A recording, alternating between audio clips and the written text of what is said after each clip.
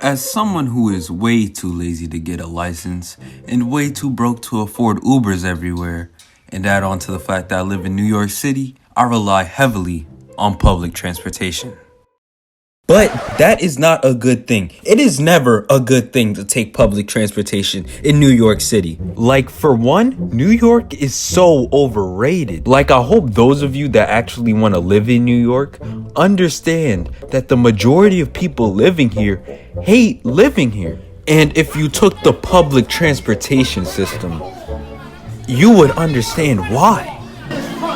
Police! Police! Police! Help! Police! Help!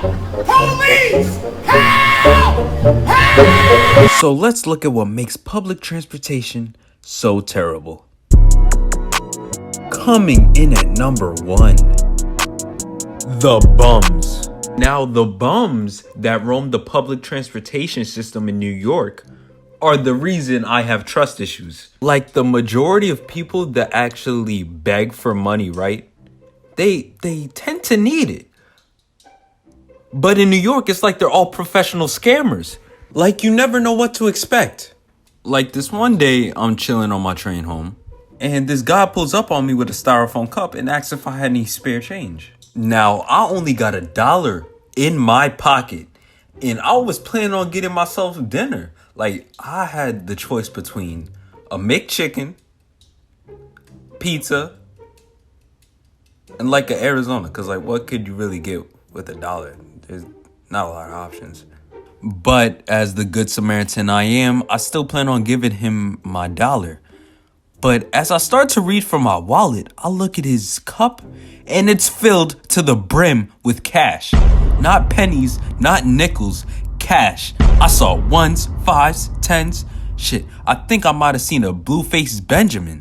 So I'm looking at this dude's cup, and I'm looking at him, and the first thing that comes to my mind is like, Is this nigga serious?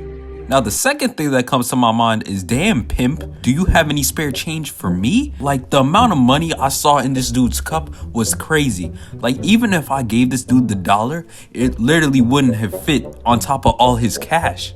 Now, the third thing that I'm thinking is, if I was gonna ask someone for money and give them the perception I really needed it, I wouldn't show them all these racks I have. I'd at least put them in my pockets. So I look at his pockets, and they are fatter than a mug.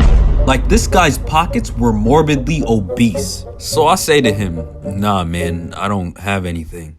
So he walks away, and I watch him ask someone else for money. And they gave it to him. Like, the dude made bank that day. He high-key inspired me, actually. Like, in fact, if this YouTube thing doesn't work out, y'all will know where to find me. Now, another memorable encounter I've had with a bum was when I was waiting for my bus stop, and this woman approached me with a sign saying she needed money to get a meal. So as the angel that y'all think I am, I give her my last $5 with the hopes that she uses it for food. But as I give her the money, I notice she's a bit shaky, and also she has like needle marks on her arms. So I stop her before she leaves, and I say, wait, ma'am, please don't use that money for drugs. Can you promise me that, please? The lady looks down at the money, then back at me, and says, bitch, this is my money. I could do whatever the fuck I want with it. And then she literally ran away.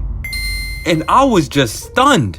Now, crackheads are not peculiar in New York City. Like, for every pigeon in the city, there's at least a crackhead and a half. But what had stunned me was this was a mixed breed of crackhead and bum. Like, this crackhead finagled me out of my $5. Now, she definitely didn't deny the fact that she was about to buy drugs. So from that point on, I try my best just to strictly buy food for people instead of giving them the actual money, so they won't inflict even more harm onto themselves. But nevertheless, if she didn't run away, she might have caught these Mike Tyson hands. It didn't matter if she was a crackhead or not. These hands don't discriminate. And she disrespected me after taking my money. Anyways, moving on to segment 2. Coming in at number 2, we have the Filth.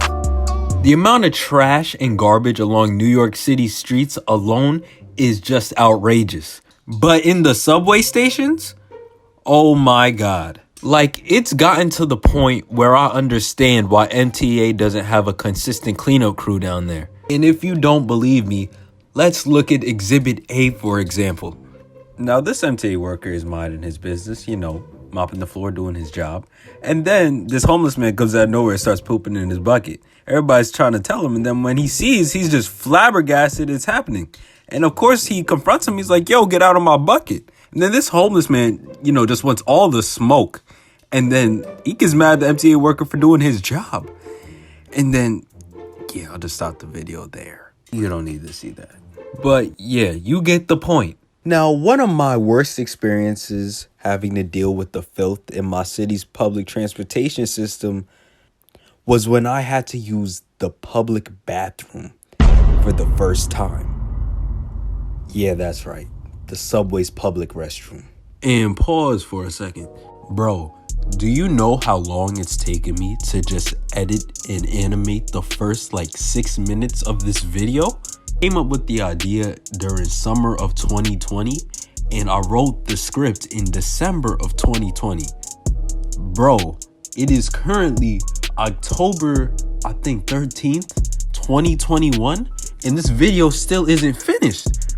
I'm telling you this because I just realized I could make a separate video on this whole public restroom experience, and that's exactly what I'm gonna do. So not only do you get this video sooner, I also can provide another video, and I'm definitely not doing this because I'm really lazy. So yeah, bro, just act like I told a really funny story that just so happened to add on to my point that NYC public transportation sucks. All right, cool. Now, some of these consequences that come with having so much trash in the city are pests.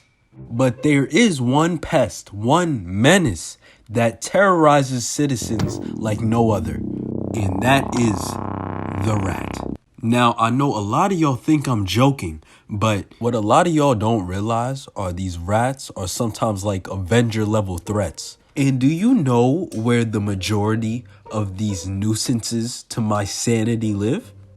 That's right, the subways. So it was 2 or 3 years ago. I was waiting for my train, and out of the corner of my eye, I saw something move. And it was a rat carrying a dead rat. This was easily the third biggest rat I've ever seen. So the first thing I'm thinking is, why don't I record this? So just when I reached to grab my phone to record, this oversized monstrosity drops the dead rat, then proceeds to chase me. Now, I ran for a good minute, and I thought maybe, just maybe, this rat just charged at me as a scare tactic, right? It couldn't really be chasing me. So I look behind me, and of course I see the rat. But then I look into his eyes, his beady little eyes, like a doll's eyes, and they're red. I looked within him, and nothing was there. I realized this rat has no soul. So I knew just from a millisecond of looking at this rat that if I let him touch me, he was gonna kill me. He was going to eat my flesh and drink my blood. So out of survival, I run up the stairs onto another platform, get onto another train. I don't even know where it was going. And I'm blessed because that rat never got me. So in conclusion, public transportation is filled with things and people that will strip you of your faith, your trust, and your dignity. So unless you're broke, you should prevent it by all means.